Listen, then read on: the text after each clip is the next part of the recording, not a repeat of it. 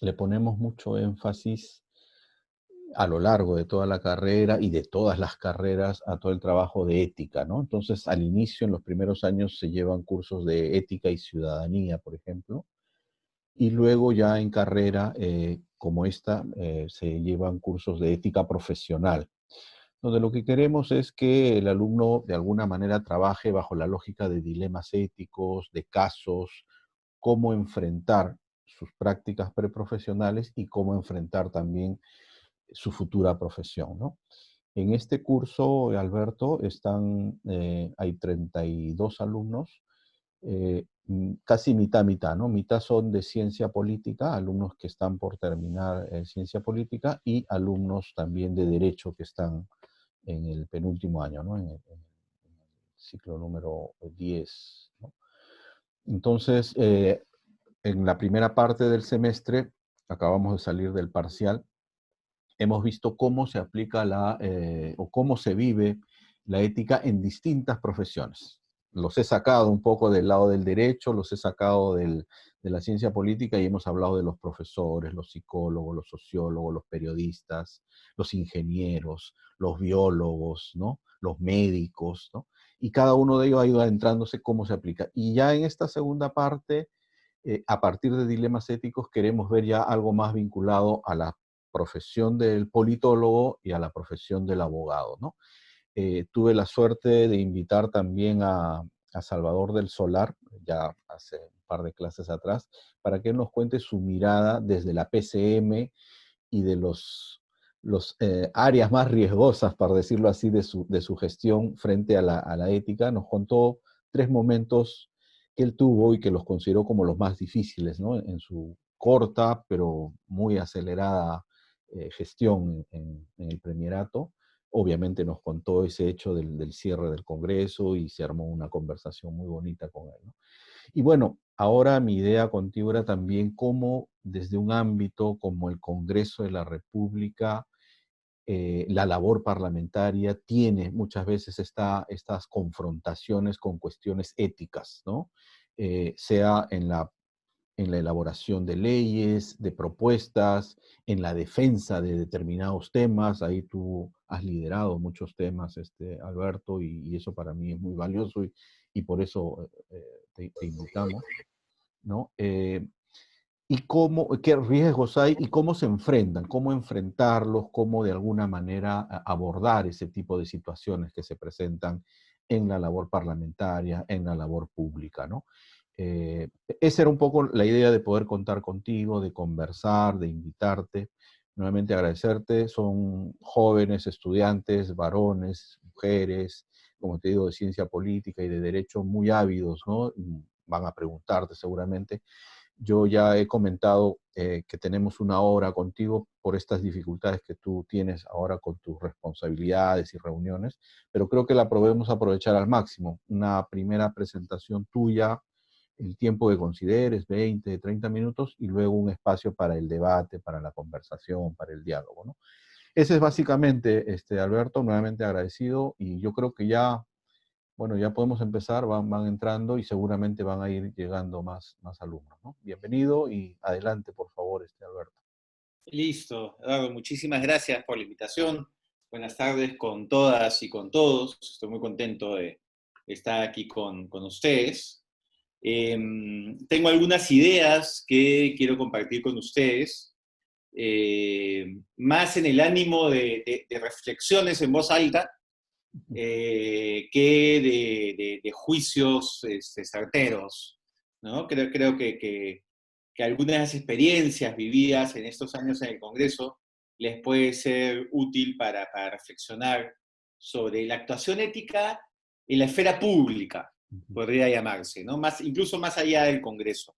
Y por supuesto voy a tratar de ser muy breve, porque siempre lo más enriquecedor de estas experiencias es el intercambio y el diálogo con ustedes. Así que me callaré pronto, lo cual es muy difícil para un congresista, porque estamos acostumbrados a hablar en 4 minutos. Entonces, cuando nos dan más tiempo, nos emocionamos y hablamos un montón. Eh, Primera idea, hay un serio problema con el control ético en el Congreso. El actual sistema de control ético se instala a finales del Congreso 2001-2006. ¿No? Esta idea de una comisión de ética parlamentaria es una idea relativamente reciente, no tiene todavía 20 años. Pero lo que sí tiene son muchas experiencias que muestran sus limitaciones. Porque ni en ese Congreso, ni en el Congreso 2006-2011, ni en el Congreso 2011-2016, ni en el Congreso 2016-2019, ni en el actual Congreso, uno siente que la Comisión de Ética actúa con oportunidad, actúa con imparcialidad y actúa de manera tal que no se genera la sensación de impunidad o de algún tipo de preferencia política. Y creo que el problema va más allá de quienes integran el Congreso en determinado momento. O sea, digamos, les he mencionado 6 congresos, y estos 6 congresos, el control no funciona.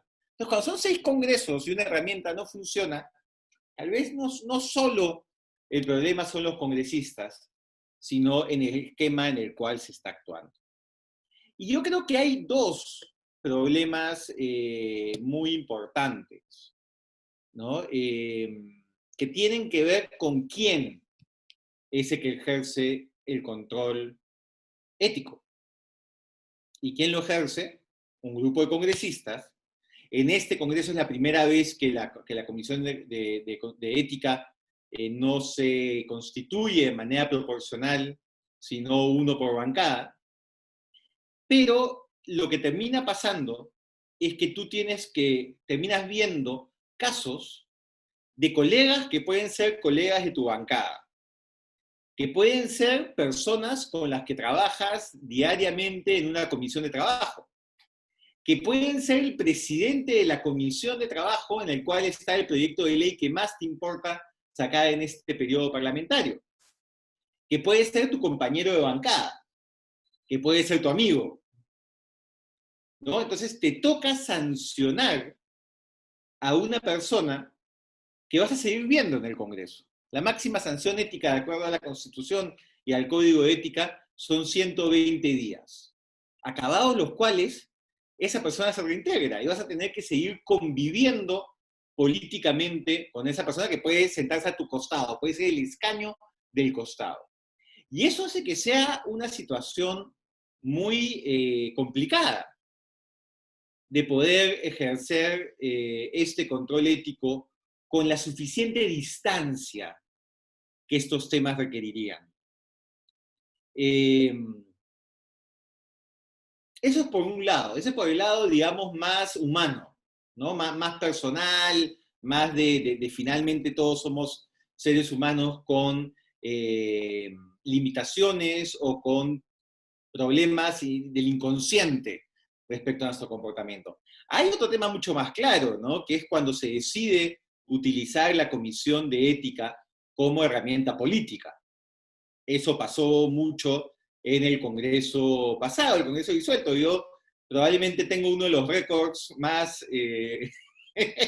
más extensos en el Congreso pasado de veces que me mandaron a la Comisión de Ética, ¿no? A mí me mandaron 3 veces a la Comisión de Ética, las 3 coincidieron con momentos en los que fui particularmente duro con la mayoría parlamentaria. Los 3 casos, por supuesto, se archivaron, ¿no? Se archivaron además sin investigación en la primera sesión, pero claro, mientras llegaba ese día, había pues noticias en los medios, declaraciones y tal. Entonces había un evidente uso político de una comisión que no debería ser utilizada para la manipulación política.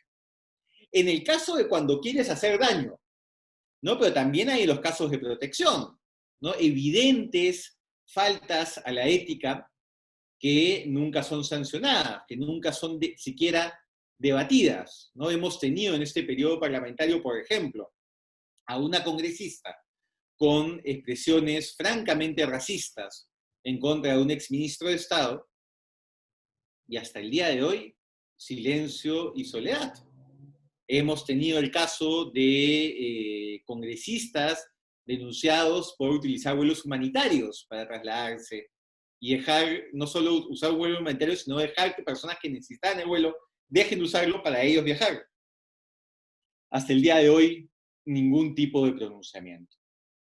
Entonces, a eso se suma un código de ética que está pensado justamente para no incomodar, ¿no? Yo los invito a revisar el código voluntario de buenas prácticas de los abogados o a revisar el código de ética vigente del Colegio de Abogados, que con sus limitaciones es un avance importante desde el 2012, y que lo comparen con el código de ética de los congresistas. Y se van a dar cuenta que quien diseñó el código de ética de los congresistas, lo último que estaba pensando era en sanciones efectivas, ¿no? Y eso es un problema, además, porque un código de ética no debe entenderse solo como el documento al cual uno acude para sancionar una falta ética que ya ocurrió. El código de ética tiene que ser también un espacio que te brinde luces, que tú como congresista nuevo o con experiencia puedas acudir a un código de ética en busca de guía, o que uno pueda acudir a una comisión de ética o a la secretaría de la comisión de ética a resolver un dilema ético. ¿Está bien que yo actúe de esta manera o no está bien?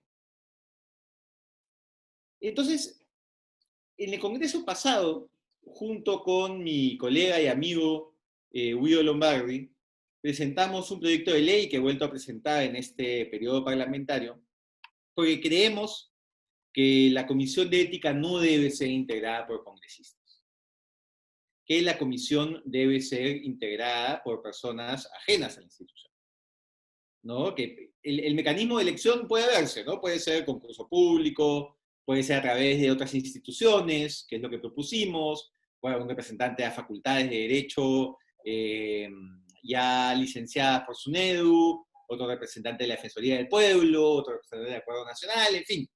Hay diferentes fórmulas que se pueden utilizar, pero bajo la lógica, un expresidente del Congreso o un excongresista, pero bajo la lógica de personas que no están imbuidos en el día a día de la dinámica parlamentaria, para que estos incentivos perversos o desincentivos no apliquen al momento de evaluar el comportamiento ético de un congresista. Por supuesto, hay una duda que se plantea desde el derecho constitucional que me parece muy legítima. Oiga, no estás debilitando al Congreso, no estás afectando la independencia y autonomía que tienen los congresistas al generar esta especie de poder ajeno al Parlamento que los juzgará. Yo creo que no, porque lo que busca esta propuesta es que la investigación y la propuesta de sanción estén fuera del Parlamento, a cargo de esta comisión externa ética. Pero una vez acabada la investigación, respetando el debido procedimiento y tal, y una vez elaborado este informe que tendría carácter de público, que podría ser revisado por la ciudadanía y por la prensa, esto se eleva al Pleno del Congreso, como ocurre el día de hoy, y serán los 130 congresistas los que decidan. Pero es distinto a la lógica actual, porque hay mucho más presión, debido a que ya hay una revisión previa, y debido a que el informe es público, y a que no es un congresista en la comisión que seguirá a fondear ese tema, sino que habrá una mayor responsabilidad de parte de las bancadas. Entonces esta propuesta la hemos presentado, las posibilidades de que se apruebe son muy bajas, como se imaginarán. Esta idea de proyectos de ley que disminuyan el poder de los congresistas no suelen ser muy populares, pero creo que debería ser un tema central en la próxima campaña electoral, porque claro, cuando los candidatos son, cuando las personas son todavía candidatos, están mucho más dispuestos a aceptar o evaluar estas ideas nuevas que cuando ya están sentados en sus escaños.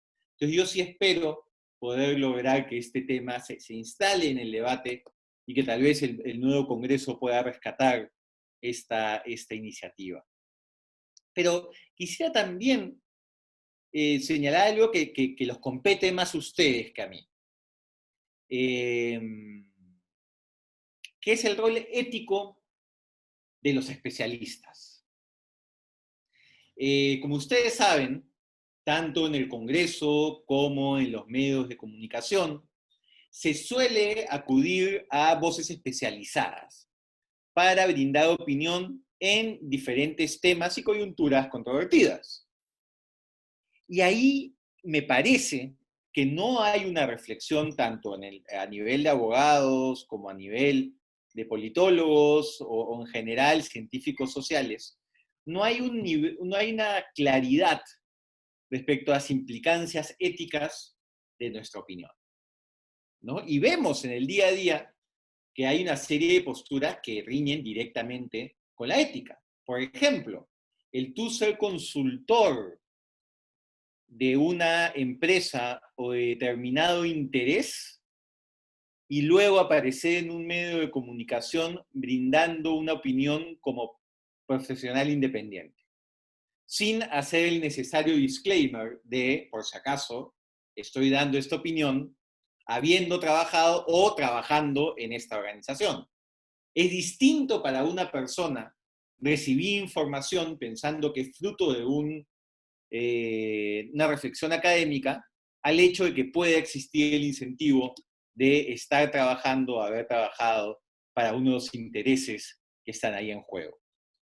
Ese tema, lamentablemente, no está muy presente en los medios de comunicación. Los propios periodistas no lo plantean a la hora de pedir una opinión y creo que la responsabilidad central está en quien brinda esa opinión. También ocurre, tanto en abogados como en politólogos, que permitimos o despreciamos la verdad.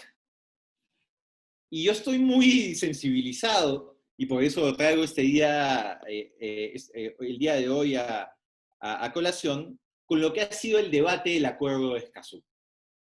Como ustedes saben, yo fui uno de los 3 votos de una comisión de 15 personas a favor del Acuerdo de Escazú, que fortalece la institucionalidad ambiental, que fortalece los derechos de participación, de acceso a la información, de acceso a la justicia, que da una especial protección a nuestros defensores de derechos humanos y defensores ambientales, y que además se condice con la posición del liderazgo que el Perú ha querido tener en temas regionales de materia ambiental. Durante los últimos 3 meses, evidentemente la presidencia de la Comisión de Relaciones Exteriores tenía una opinión contraria, pero buscó invitar a voces a favor y en contra. Y hemos recibido voces especializadas, como la de Manuel Pulgar Vidal, ex ministro del Ambiente, Iván La Negra, ex viceministro, director ahora de Transparencia, y personas que han brindado su conocimiento para poder dar luces respecto a dudas y temores. Pero en paralelo también hemos recibido una serie de especialistas que simplemente fueron a la comisión a exagerar, a mentir o a desinformar, a decir cosas que simplemente el Acuerdo de Escazú no decía. ¿Con qué interés? Poco claro, ¿no? No sabemos si es anteojeras ideológicas, posición política o algún interés profesional. Pero simplemente muchas de las cosas que se dijeron ahí no es que eran opinables, eran simplemente mentiras. Y aquí, por eso es tan importante reflexionar respecto a la simetría de la información que existe en la sociedad y a la cual ustedes como especialistas tienen que ayudar a eliminar. Pero esa simetría de la información les da a ustedes un poder adicional, que si ustedes dan su opinión respecto a un tema técnico a personas que no son técnicos, el Congreso es un espacio político, ¿no? La prensa no tiene una especialidad ambiental, por ejemplo. Ustedes tienen un deber moral de asegurar que la información que brindan es verdadera, porque en muchos casos va a ser información que va a ser muy difícil que la otra persona analice y evalúe para determinar efectivamente que lo que ustedes han dicho es verdad o no. Entonces, en el debate público, en el debate político, en el debate en el Congreso, toda la carga del control o de la evaluación ética no solo están en los congresistas, están también los especialistas que trabajan o no en el Congreso, pero que su opinión es solicitada. Hay una evidente tarea pendiente de visibilizar la importancia de un comportamiento ético en esa línea. Yo con estas dos grandes ideas, Eduardo, preferiría hacer una pausa y tal vez hacer una primera ronda de comentarios y preguntas, que por supuesto pueden ser mucho más amplias que las ideas acá expuestas, para poder tener un diálogo más dinámico. Perfecto, Alberto. Muchísimas gracias por estas primeras palabras sobre todo el tema del control ético en el Parlamento, ¿no? Creo que ese es un tema enorme, un tema inmenso.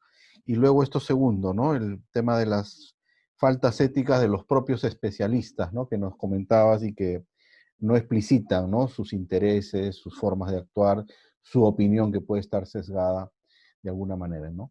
Entonces abrimos una primera ronda de preguntas, de intervenciones, de comentarios de parte de los alumnos. Por favor, bienvenidos, bienvenidas a sus comentarios. Levantan la mano o hablan de una vez.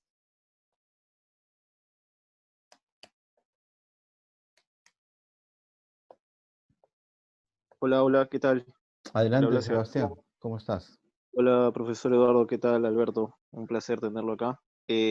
Nada, me surgen algunas dudas, de hecho, varias, sabiendo de primera mano a alguien que pues está en el Parlamento, ¿no? Un espacio tan importante. Pero bueno, acercándome a un tema que yo investigaba hasta hace poco acerca de la ley Piazzi, quedó en verse acerca del proyecto de ley 4044, en el cual se iban a establecer nuevos territorios Piazzi, de intangibilidad de su territorio. Se iba a modificar, me parece, el artículo 5 de la ley Piazzi también acerca de el ingreso, el posible ingreso de actividades extractivas, ¿no? Y bueno, fortalecer esta ley, ¿no? Que tenía ciertas deficiencias. No sé si usted, Alberto, sabe algo más y ya de una manera, pues, un poco más, por así decirlo, del día a día, cómo usted percibe que los demás parlamentarios se ven influenciados a veces pues por presiones de repente de empresas, de repente pues de privados, ¿no? ¿Qué impresiones usted le da de esto, no? Gracias. Perdón, Sebastián, mi conexión está particularmente mal el día de hoy. ¿Podrías repetir la segunda parte de tu intervención, por favor? Sí, sino que es decir, ¿qué impresiones a ti te da de los demás congresistas cuando se debaten este tipo de proyectos de ley que ciertamente también como en la comisión acerca de aprobar o no el tema del acuerdo de Escazú, ¿no? Si te da alguna impresión, si tus demás colegas pues se ven presionados por empresas, por privados, por intereses propios, ¿no? Hay grupos de poder que eh, evidentemente uno no puede verlo, pero de repente pues de manera pues del día a día, de la cotidianidad, tú puedes pues no sé, oír, saber, ¿no? Que cierta bancada pues, ¿no? Que son pues al final temas de política, ¿no? Intereses políticos, intereses afines, económicos, ¿no? La CONFIEP a veces también tiene un peso, o sea, fuerte en el tema político, ¿no? Entonces, ¿de qué manera tú percibes, ¿no? Que justamente este tipo de proyectos como que afectan a la ley Piazzi o el acuerdo de Escazú o demás leyes, ¿no? Justamente por estos grupos de poder se ven afectados, ¿no? De Y acuerdo. básicamente eso, ¿no? Tus impresiones. Muchas gracias. Gracias, Sebastián. Sí, sí, este tema ha sido aprobado, si no me equivoco, por la Comisión de Pueblos Indígenas y se vio en justicia donde me parece que la comisión se inhibió. No recuerdo si es que al final la comisión decidió ver el tema y está pendiente, todavía no se ve en el pleno. Y es un caso interesante como en el caso de Escazú, porque yo creo, por ejemplo, que uno como congresista tiene que reunirse con todos, ¿no? Y creo que tenemos que asegurar un marco razonable para la gestión de intereses, la gestión transparente de intereses, ¿no? O sea, el día de mañana a mí me llama la Sociedad Nacional de Minería, Petróleo y Hidrocarburos para hablarme de este proyecto, yo me voy a reunir con ellos y con mi asesor sin ningún problema, porque es parte de mi trabajo. O sea, mi trabajo es deliberar. Mi trabajo es deliberar, escuchar, dar mis argumentos, escuchar los contraargumentos para ver si es que hay algo que me haga cambiar de opinión, y con toda la información que yo pueda obtener, tomar la que espero que sea la mejor decisión. Entonces, en esa línea, los gestores de intereses, a mí me interesa, valga la redundancia, muchísimo que puedan llegar y exponer y brindar información, por ejemplo, de parte del sector privado. Por supuesto, en paralelo, también debo reunirme con la Defensoría del Pueblo, en paralelo también tengo que reunirme con organizaciones indígenas amazónicas particularmente, y con académicos, en fin, una serie de opiniones distintas que me den a mí los suficientes elementos para tomar una decisión. Lo ideal es que este tipo de reuniones se den en el seno de la comisión, ¿no? Yo creo que es una buena práctica parlamentaria el hecho de que un presidente de una comisión, antes de poner a debate algún tema o muy técnico o muy sensible, tenga un par de días dedicados a escuchar a todas las voces, ¿no? Tener una pluralidad de voces. Y también es importante y es un deber no solo de los políticos, no solo del Congreso, sino en general de todos nosotros, evitar la flojera ideológica. ¿Ya? Eso para mí es un elemento central. ¿A qué me refiero con la flojera ideológica? Muchas veces no usamos nuestras ideologías particulares como lentes para ver la realidad, sino como anteojeras, ¿no? Esas anteojeras de caballo. Otro día usé el término anteojeras y nadie me entendió, por eso trato de graficarlo para que me entiendan. ¿Qué es lo que pasa? A veces uno asume determinada posición política, entonces necesariamente todo proyecto de ley que en apariencia vaya con esa mirada tiene que ser bueno, y todo proyecto que vaya en otra línea tiene que ser malo, ¿no? Entonces, por ejemplo, yo soy liberal, para nadie es un secreto, quiero creer que me ubico en el centro, algunos me tiran un poco más para la derecha, ¿no? Pero a raíz de Escazú, la gente me acusa de ser de izquierda. ¿Por qué? Porque el tema ambiental es un tema de izquierda. ¿Por qué? ¿Por qué el tema ambiental tendría que ser un tema de izquierda? ¿No? El tema de la protección del medio ambiente y los derechos humanos, conquista liberal, que involucran, debería ser algo que atraviese el espectro ideológico, ¿no? Entonces hay una responsabilidad ética de no ser flojos ideológicamente y de no asumir posturas simplemente por el hecho de dónde te ubicas en la ideología política. Por ejemplo, yo tengo una mirada crítica a mucho de lo que es el rol de la normativa laboral en el país. Creo que hay un exceso de rigidez que lo que ha generado es mucho subempleo o informalidad, ¿no? Somos un país donde el 70% o más de la economía, ahora más debido a la crisis, es informal. Pero eso no me puede llevar, por ejemplo, a negarme a apoyar una ley justa y necesaria como la ley de las trabajadoras del hogar. Lo impulsé en el Congreso pasado, lo impulsé en este y trabajé de la mano con la Federación para lograrla, porque es probablemente uno de los sectores más vulnerables de nuestro mercado laboral y que requerían una ley que sea particularmente dura y estricta para asegurar su cumplimiento y que no haya vulneración de los derechos humanos. Entonces, en este tipo de temas, lamentablemente, estamos acostumbrados a asumir una suerte como de caja ideológica, ¿no? Tú recibes tu caja y tienes que comprarte todos los temas que están ahí metidos.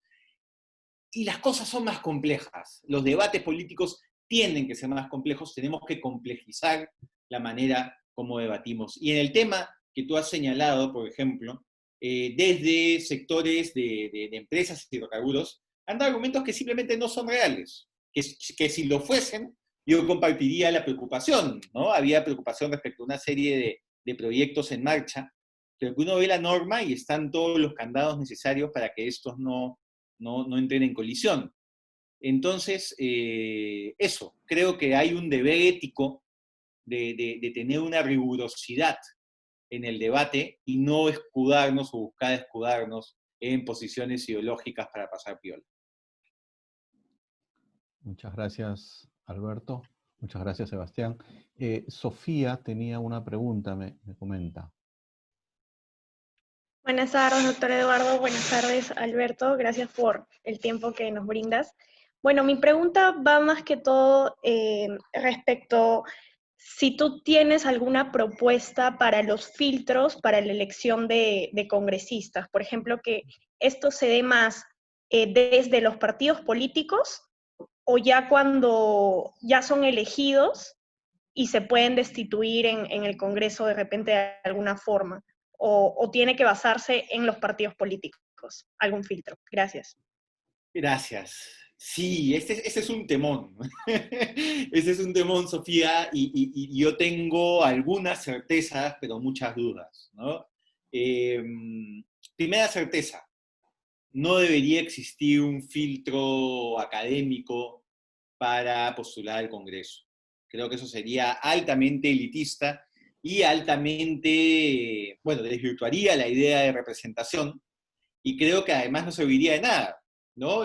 Una vez hice el ejercicio de revisar a los congresistas con mayores escándalos éticos en los últimos años y uno encuentra gente con maestría, título universitario, etcétera, etcétera, ¿no? Entonces ahí está como lugar común que se repite mucho de elevar los requisitos académicos para llegar al Congreso, que en realidad no generarían ningún tipo de impacto y sí desvirtuarían la idea de representación.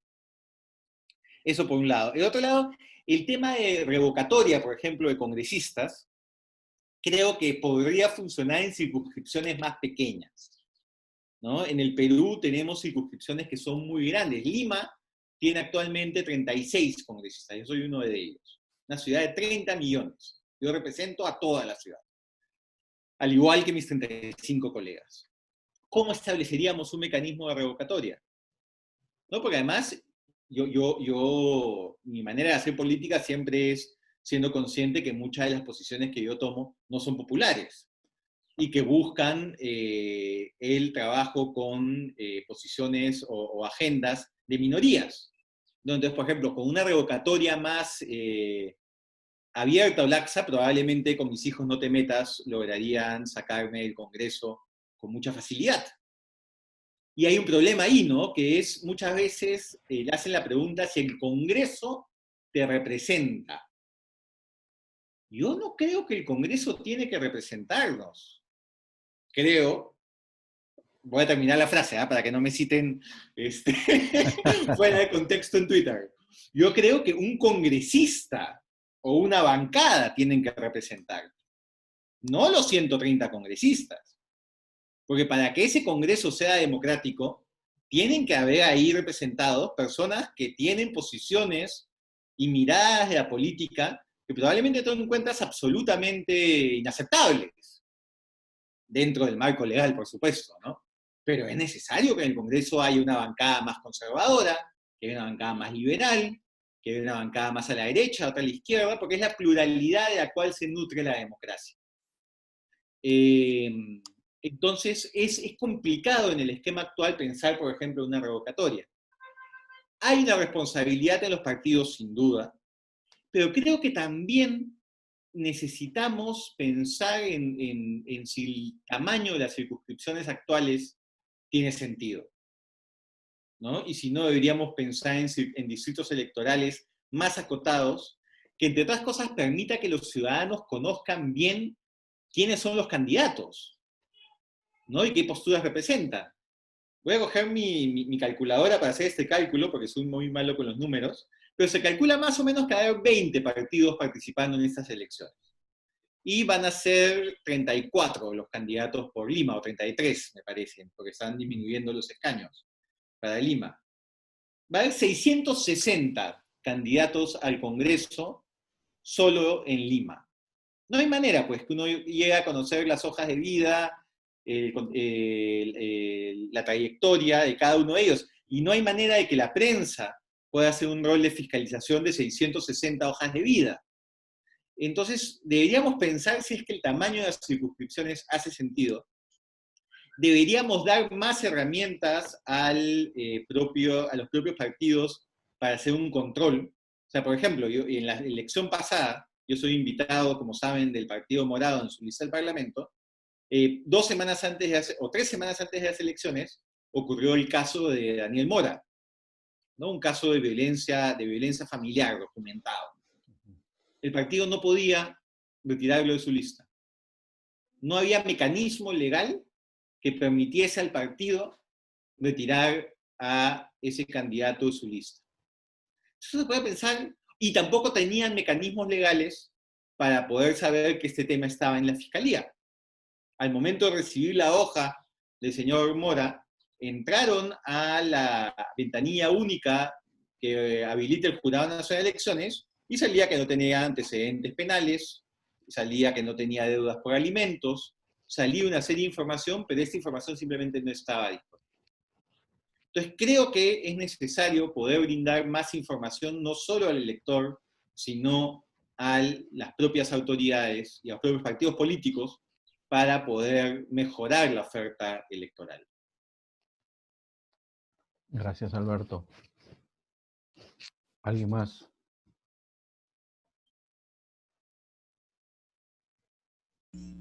Sí, profesor, me gustaría preguntar. Diana, por favor, adelante.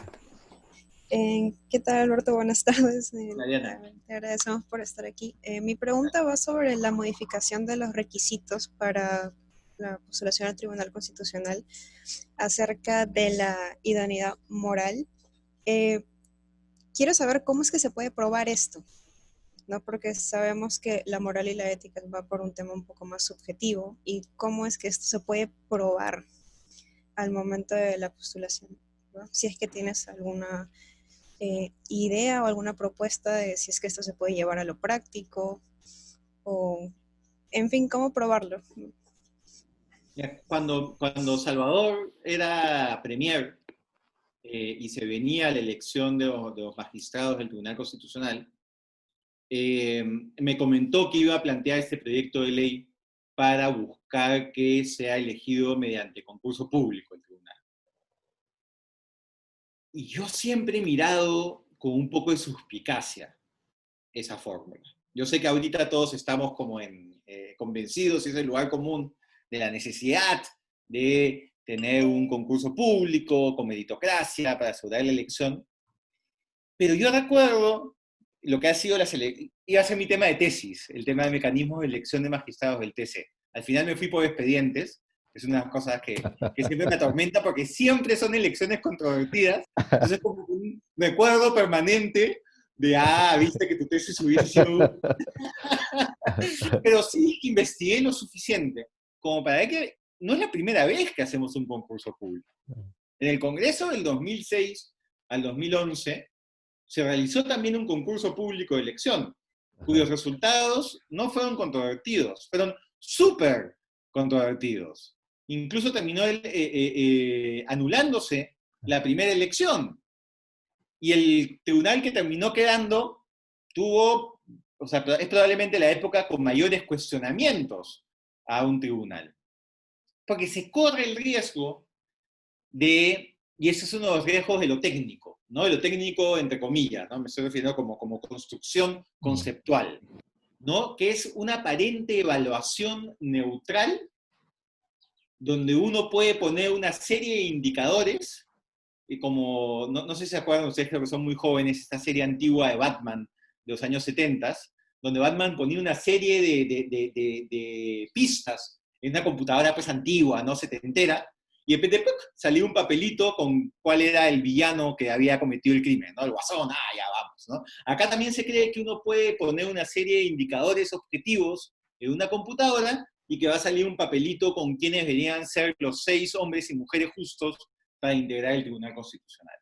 Y esto es mucho más complicado, ¿no? Porque pueden haber abogados que han defendido causas muy controvertidas, que no tienen una muy buena fama, pero que tienen maestrías, doctorados, publicaciones indexadas, trabajo social, y en fin, uno puede terminar teniendo una lista absolutamente objetiva. O puedes tener, y hemos tenido en la historia del Tribunal Constitucional, juristas que han sido muy buenos magistrados del TC, pero que no tienen una producción académica destacable, ni muchos títulos, ¿no? O sea, creo que hay consenso en el mundo constitucional de señalar que el Tribunal Constitucional de Javier Álvaro Landini fue uno de los mejores tribunales, que además le dio el peso institucional que la institución requería después de lo que fue el descalabro de la dictadura fujimorista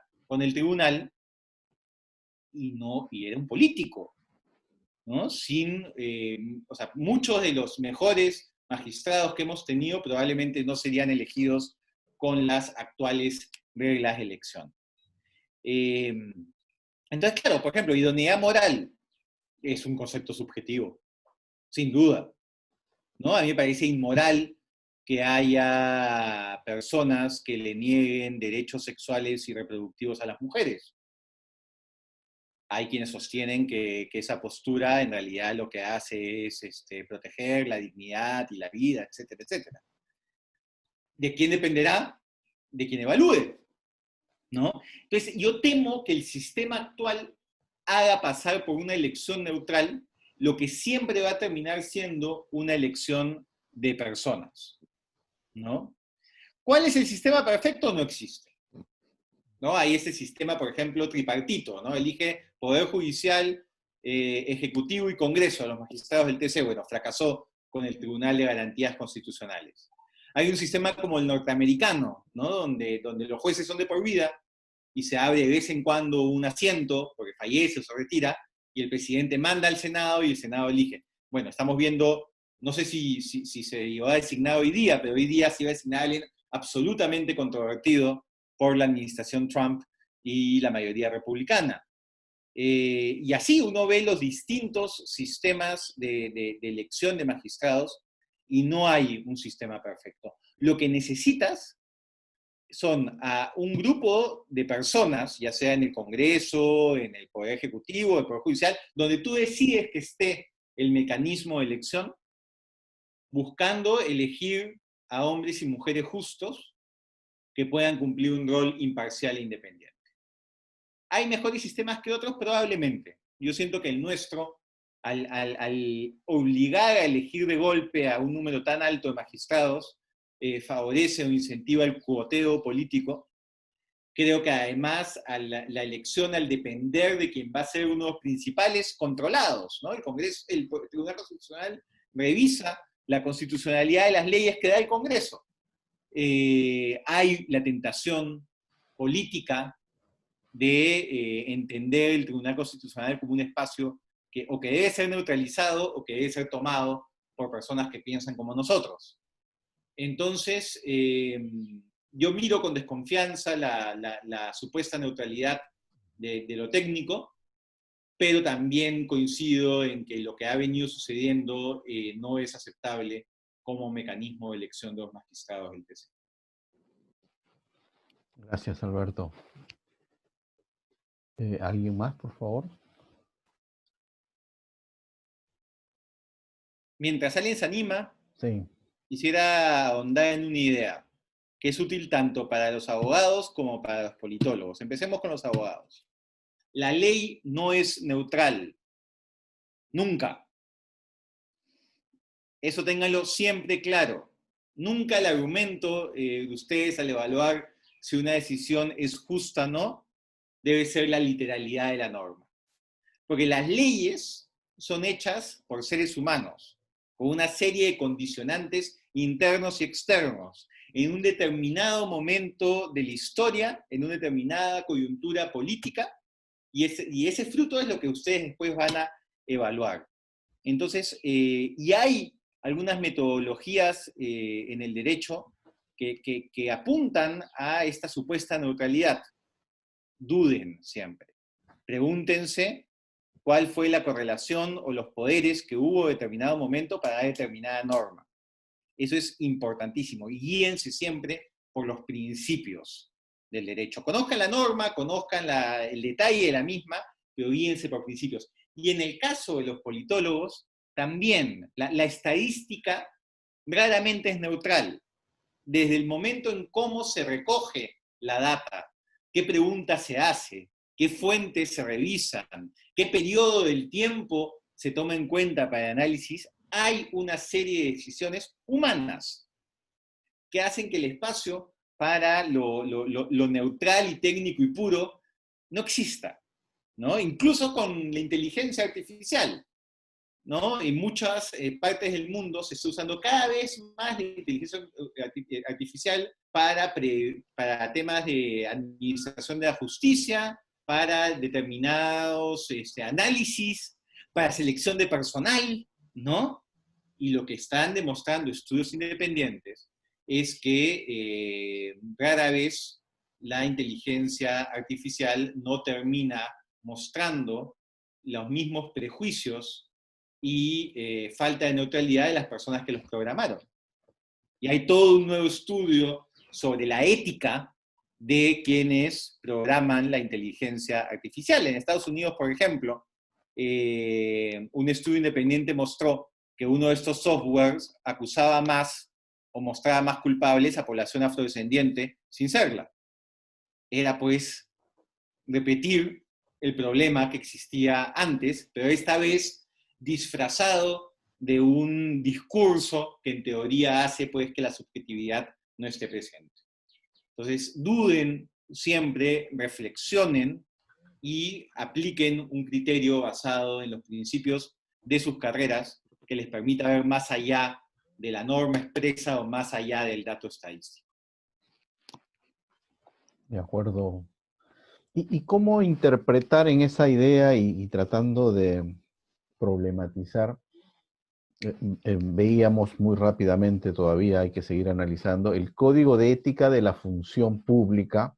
Hay una serie de principios, de obligaciones y de prohibiciones, ¿no? Y se nos plantea como uno de los principales, no el único, el tema de la neutralidad del funcionario público, ¿no? Que a mí me parece válido cuando se trata de posturas políticas que pueden estar, pero cuando se trata frente a los derechos humanos, por ejemplo, yo digo, no es tanta la postura de neutralidad, sino más bien la defensa de los derechos humanos la que debe animar a un funcionario público. ¿Cómo verías tú este principio, Alberto? Creo que tiene que entenderse de manera, o sea, tiene que haber una interpretación sistemática, ¿no? Y ahí acudiría, por ejemplo, a la Constitución, que obliga a toda persona a defender la Constitución. Defender la Constitución es defender los principios que ahí se encuentran, ¿no? Y por eso es tan importante que los funcionarios públicos no sean neutrales, por ejemplo, frente a una situación de discriminación, ¿no? Es un escándalo, por ejemplo, que en Santa María de Nieva los juicios sean en español.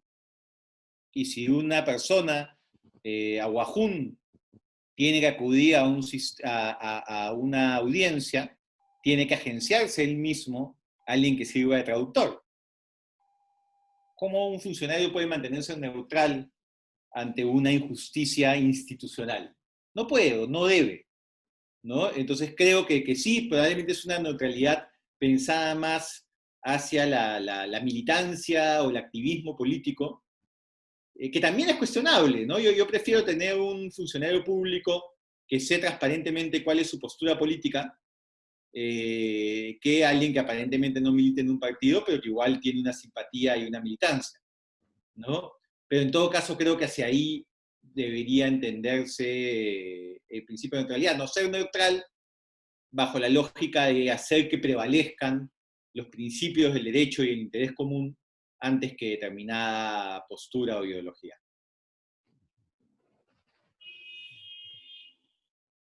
¿Alguna otra pregunta?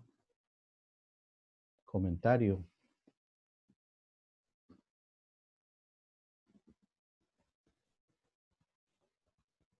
Hola Alberto, ¿qué tal? Sebastián de nuevo.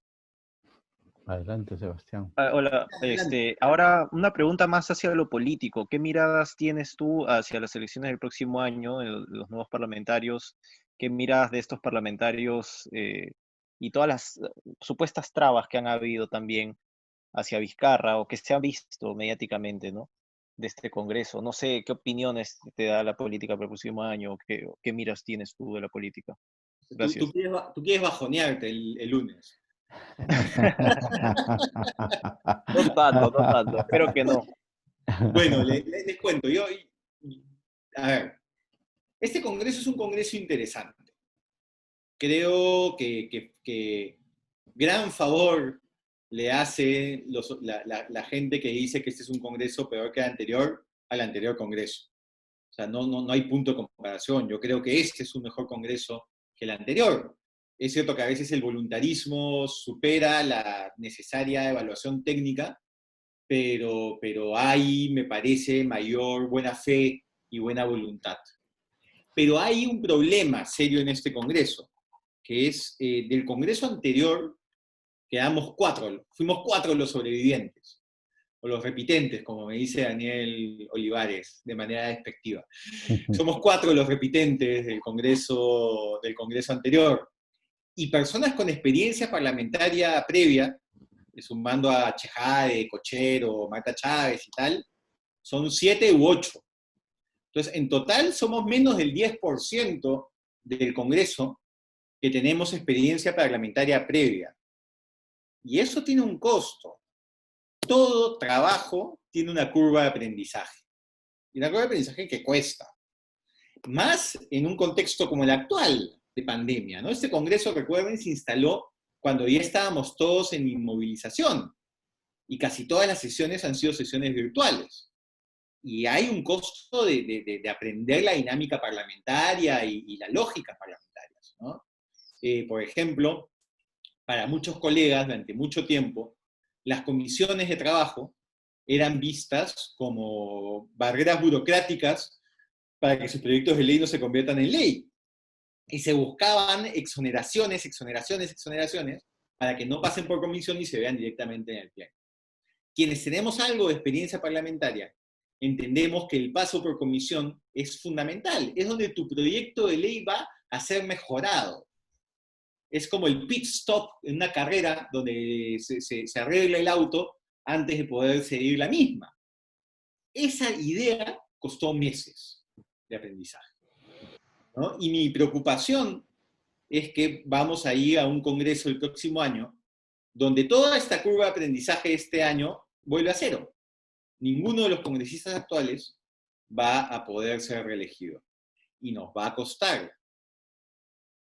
Entonces, yo, digamos, con la tranquilidad intelectual de haber escrito el 2015, antes de ser congresista, antes de siquiera pensar en postular al Congreso, una columna en Semana Económica sobre el tema de la prohibición de reelección, creo que es un error de la reforma política, de la reforma política, digamos, del presidente, porque esta no es una propuesta de la Comisión Tuesta, el haber planteado la prohibición de reelección de congresistas. Creo que es el evitar que la propia la propia institución y la sociedad se beneficien del conocimiento adquirido, de la experiencia ganada, y de permitir que finalmente sean los ciudadanos los que determinen si determinado congresista los representa o no. Muchos de los congresistas del Congreso disuelto, como se imaginarán, no son santos de mi devoción.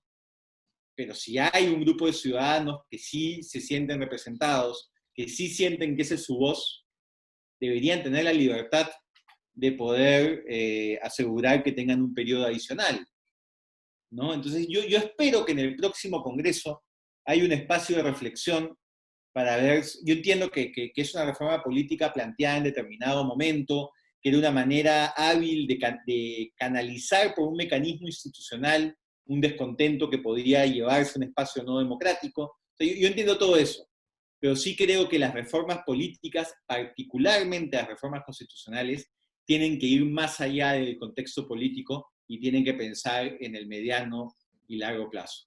Entonces veo que va a ser un Congreso con problemas de falta de experiencia. va a ser probablemente un Congreso muy fragmentado, es un Congreso elegido en un momento de mucho estrés.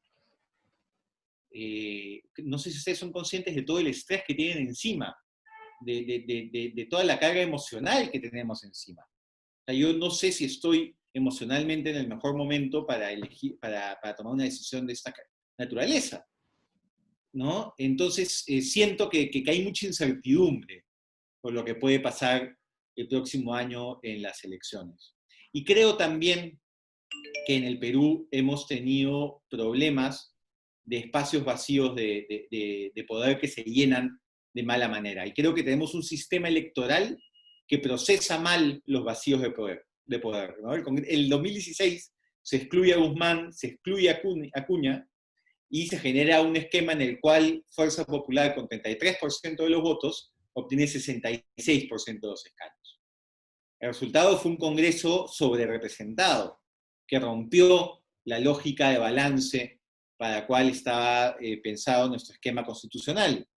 Y este año Vizcarra tomó una decisión que a mí me parece muy mala, que creo que ha sido un grave error, que es el no presentar una lista que represente al gobierno, ¿no? Entonces veníamos de un momento de gran confrontación que tuvo su momento pico el 30 de septiembre, y luego le pedimos a la gente que resuelva el problema, porque esa es la lógica detrás de las elecciones después de disuelto el Congreso, devolverle a la gente la posibilidad de resolver quién tenía la razón en una crisis, y tenías por un lado un par o 3 o 4 listas que representaban una postura en contra de la disolución, y de ahí tenías, digamos, intuías, ¿no?, cuál era la posición de determinada bancada. Entonces hemos terminado con un Congreso que no necesariamente representa lo que la ciudadanía sentía en enero respecto a la política, ¿no? Entonces es un Congreso fragmentado que también creo que tiene problemas de representación. Y son problemas de representación que siento que no se han solucionado con lo que hemos podido avanzar de la reforma política en este tiempo. Entonces sí, mi mirada es una mirada poco optimista para lo que viene. Gracias, Alberto. Nos da un tiempito para una última pregunta, si es que lo hubiera, y cerramos 6 y 5 con tu presencia, con tu participación, Alberto. ¿Hay alguna última pregunta, por favor?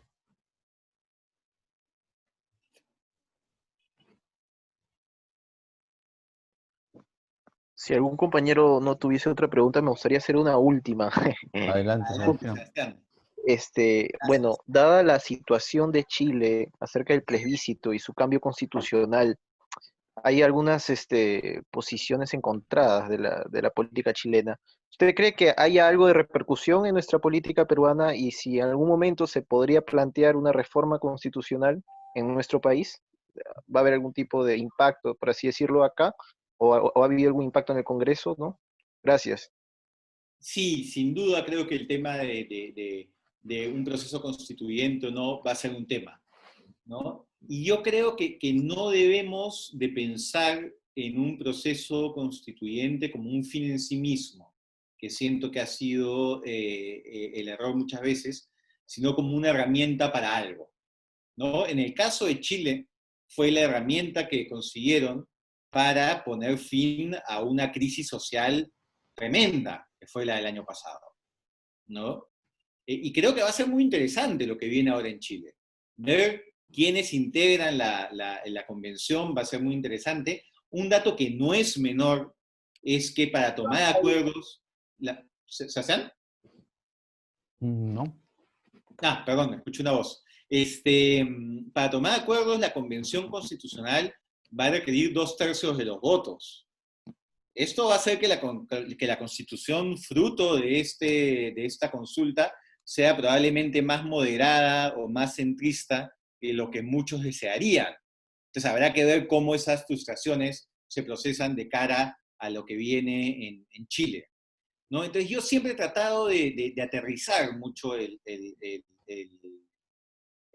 discurso de nueva constitución en torno a qué es lo que se quiere reformar, ¿no? Porque la constitución del 93 ha tenido innumerables reformas. Todo el capítulo de descentralización es nuevo, ¿no? Todo el capítulo respecto a la Junta Nacional de Justicia lo es. la parte de política también se ha reformado. O sea, hay una serie de cosas que han tenido reformas importantes. Yo mismo soy autor de una reforma constitucional y estoy a punto de conseguir una segunda. Entonces, la Constitución es un documento dúctil, ¿no? Y que tiene que adaptarse a los tiempos. Un proceso constituyente tiene que ser pensado, tiene que ser muy bien pensado. Y como digo, no un fin en sí mismo, sino como una herramienta, porque además generar muchas expectativas puede terminar siendo profundamente contraproducente. Porque una constitución, lo que hizo una constitución no cambia una realidad, lamentablemente.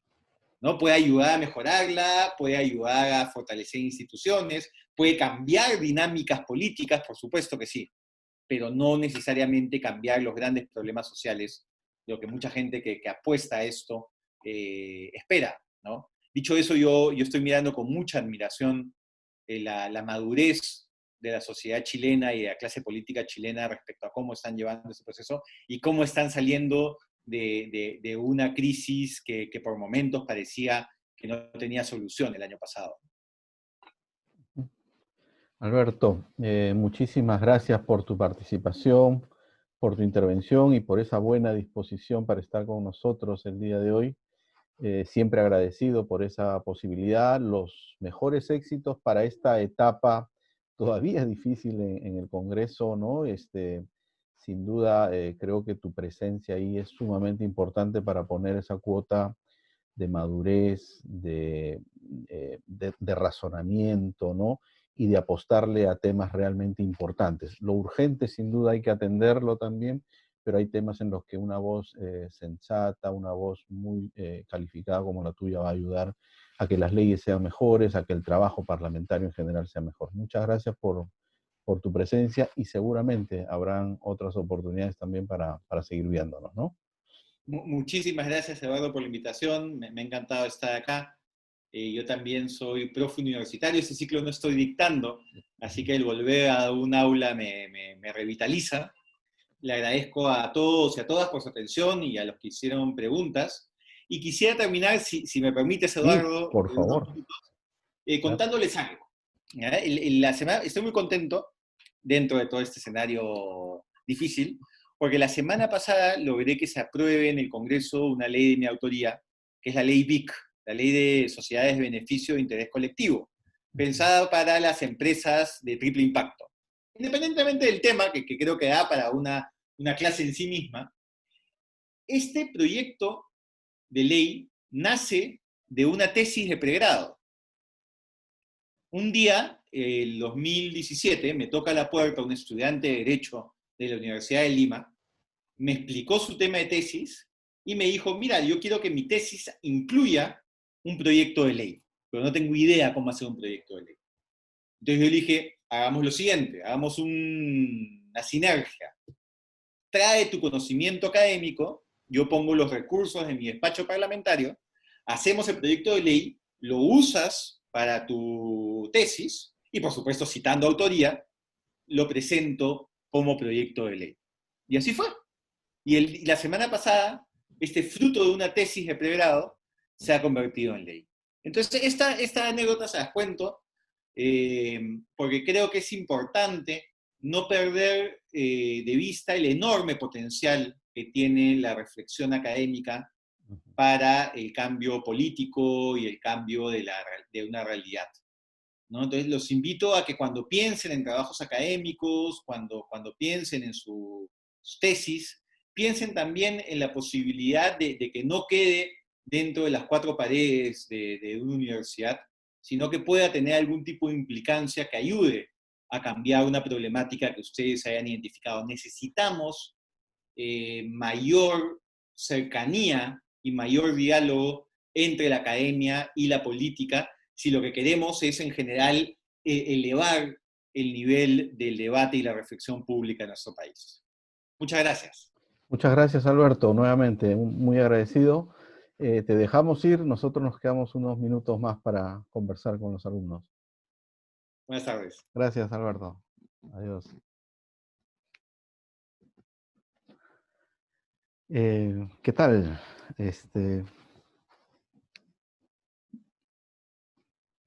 ¿Qué les pareció la presentación de Alberto, las preguntas, el diálogo que hubo con él, ¿no?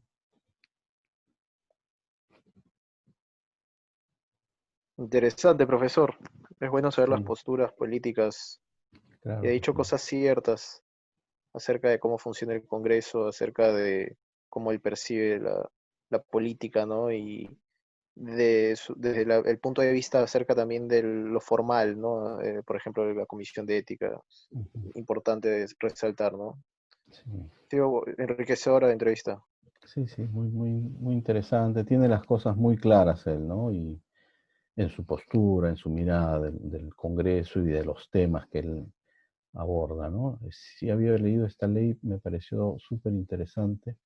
Ya el tiempo quedó corto, sin duda, para abordar otros temas, ¿no? De, vamos a decir así, de todo el sector de poblaciones vulnerables en general, aunque hubo algunas preguntas, ¿no? Y qué agenda él cree que de aquí al término del Parlamento, por ejemplo, se podrían levantar, ¿no? Abordar también, eh, digamos, con la seriedad y sin dejar de lado aquellos temas que pueden ser importantes, ¿no?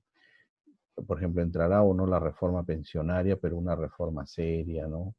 En el tema de poblaciones vulnerables, tú preguntaste sobre Piazzi, pero por ejemplo el tema del matrimonio, yo sé que es casi difícil que en el actual Congreso avance un tema sobre el matrimonio entre personas del mismo sexo, ¿no?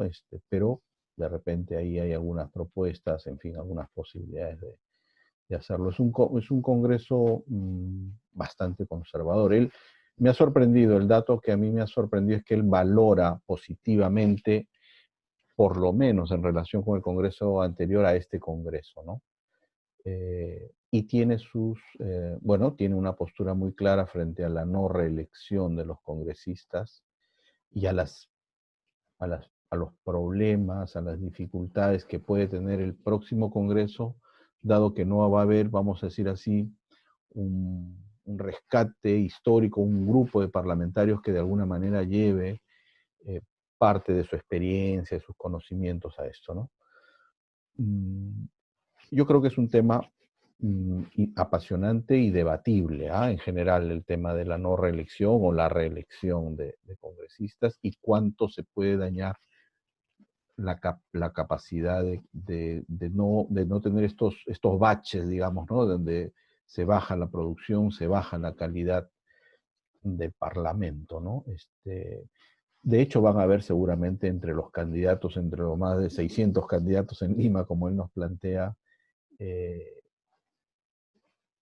personas que han participado, no en este último congreso, pero probablemente en periodos anteriores, ¿no? Digamos, por una parte. Y por otra parte, lo que yo rescato es que siendo 4 congresistas que han repetido, como él dice, u 8 o 9, creo mencionó, en total, que tienen experiencia congresal en él tiene una valoración positiva porque hay un grupo de congresistas que él considera que son más sanos, que gente que está trabajando, que rápidamente ha entrado a la dinámica, que no ha desechado la idea del trabajo en comisiones y la riqueza que puede haber en un buen trabajo en comisiones, ¿no? Para alimentar, mejorar los proyectos de ley, ¿no? Sí, bueno, no estuve en esta comisión de reforma política, pero y claro, entiendo que la comisión que presidió el señor Tuesta tampoco lo planteó así, entonces apareció esto en el referéndum como un tema y por supuesto la ciudadanía votó a él, ¿no?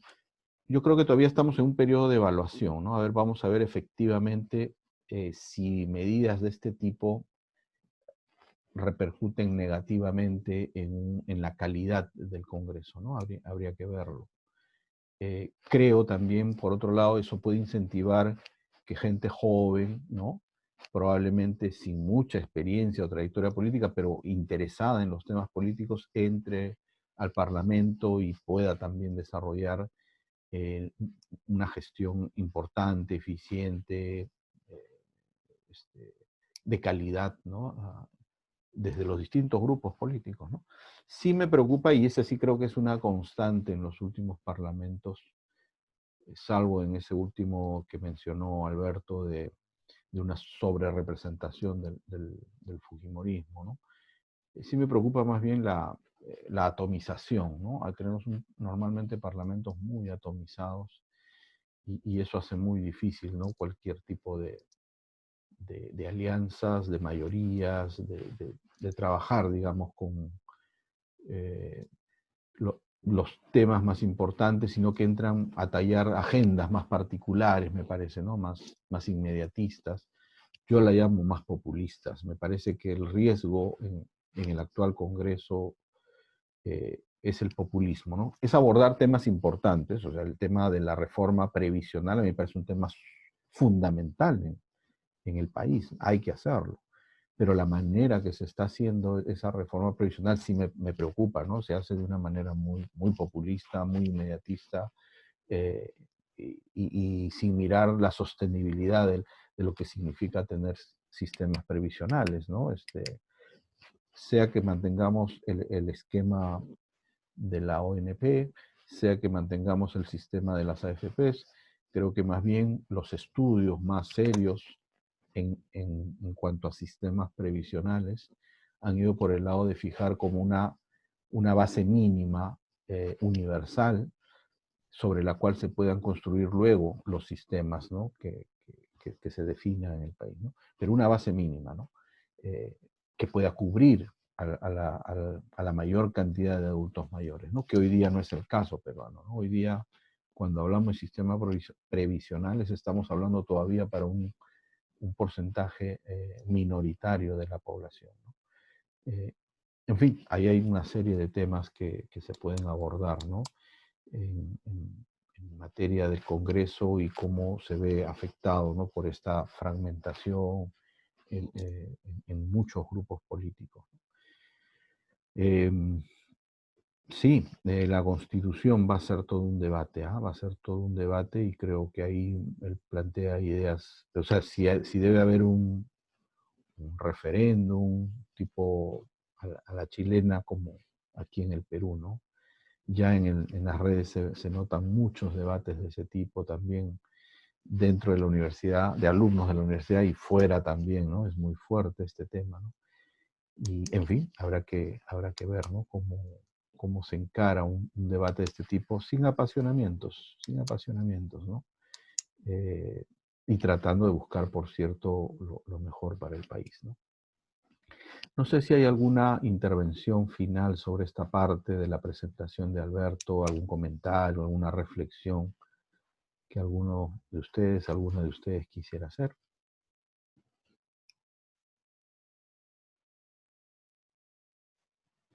Bien, vamos a cortar aquí entonces, solo recordando que ya tenemos entonces un rol, un cronograma de presentaciones, ¿no? Que arranca el día miércoles 28.